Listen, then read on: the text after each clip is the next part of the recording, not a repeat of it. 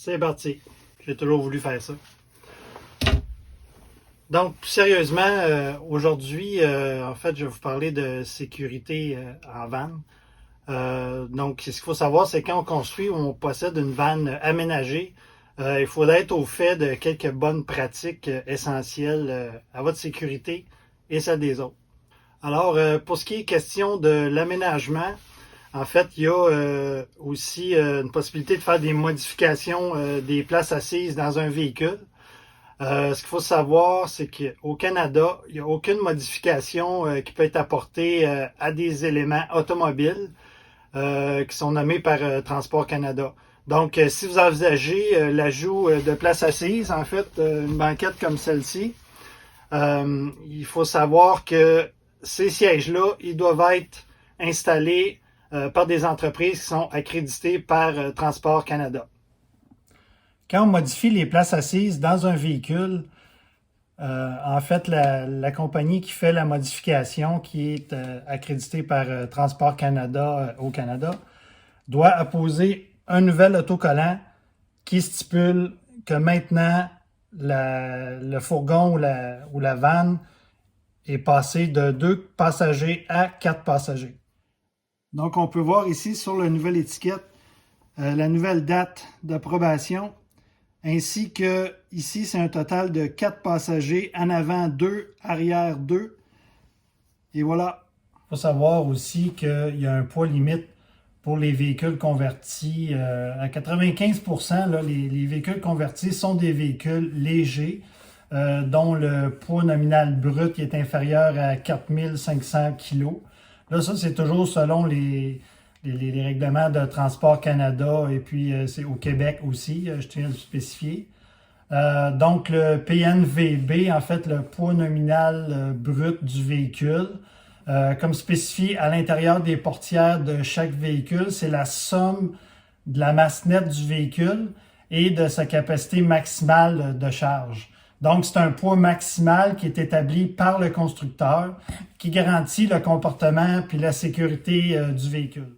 Donc ici, justement, dans la portière, il y a l'étiquette avec le poids nominal qui est de 9350 livres ou 4242 kilos.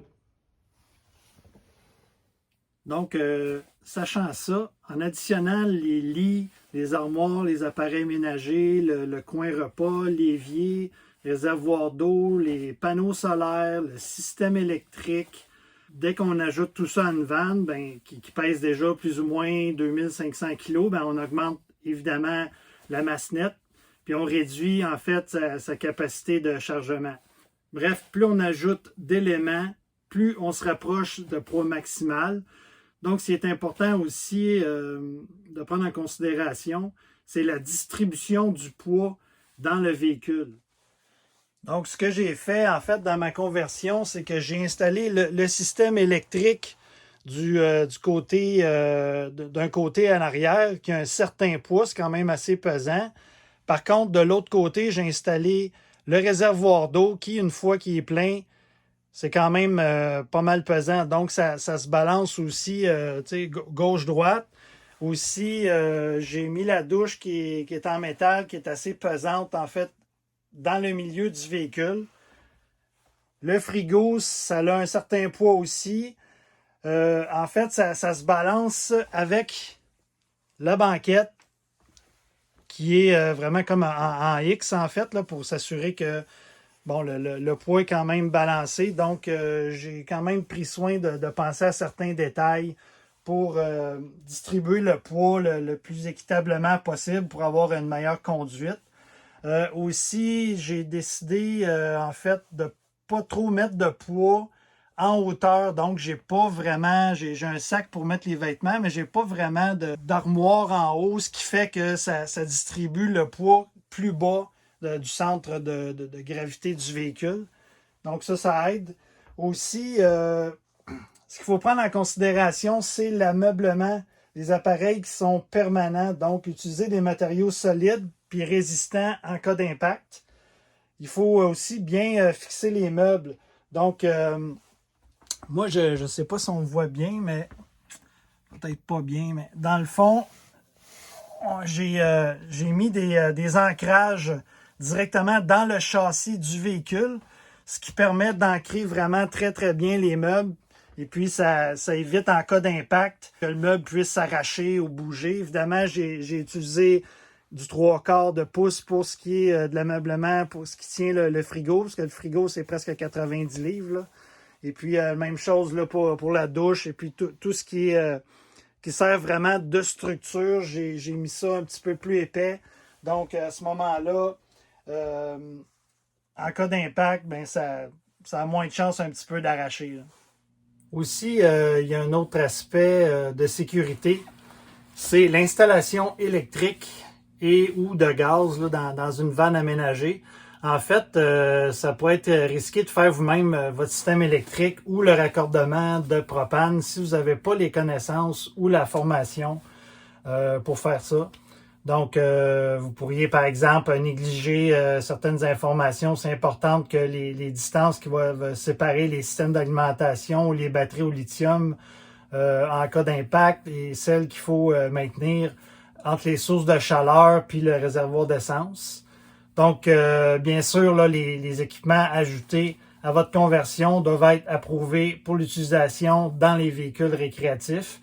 Et puis, il faut éviter tout ce qui n'est pas approuvé. C'est sûrement mieux pour votre sécurité. Dans ma conversion, j'ai pris soin d'installer les batteries juste à côté de la roue arrière et aussi à une certaine distance du derrière, en fait, des portes à l'arrière. Donc, si jamais il y a un impact en arrière, en fait, ça diminue les risques que les batteries soient frappées. Donc, ça laisse un certain jeu en même temps aussi latéralement, en étant plus loin un petit peu, là, ça réduit les risques d'impact là, au niveau des batteries au lithium si jamais il y a un accident. Il y a un autre aspect important, c'est évidemment la sécurité des personnes. Donc, il ne faut pas oublier d'installer des détecteurs de monoxyde de carbone, de fumée et de propane si vous avez du propane à l'intérieur, s'il y a lieu. Et aussi des instincteurs pour les véhicules.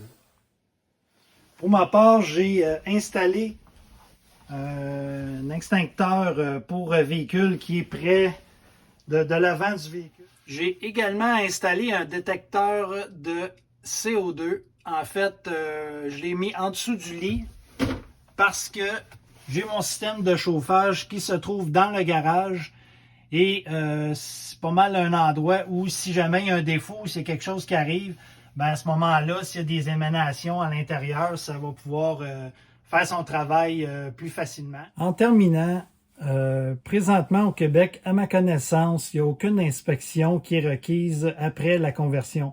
Donc, pour la Société d'assurance automobile du Québec, les véhicules transformés en van life, il reste des véhicules légers puis ils n'ont pas à faire reconnaître comme des appellations motorisées, ni à respecter les règles pour les véhicules lourds.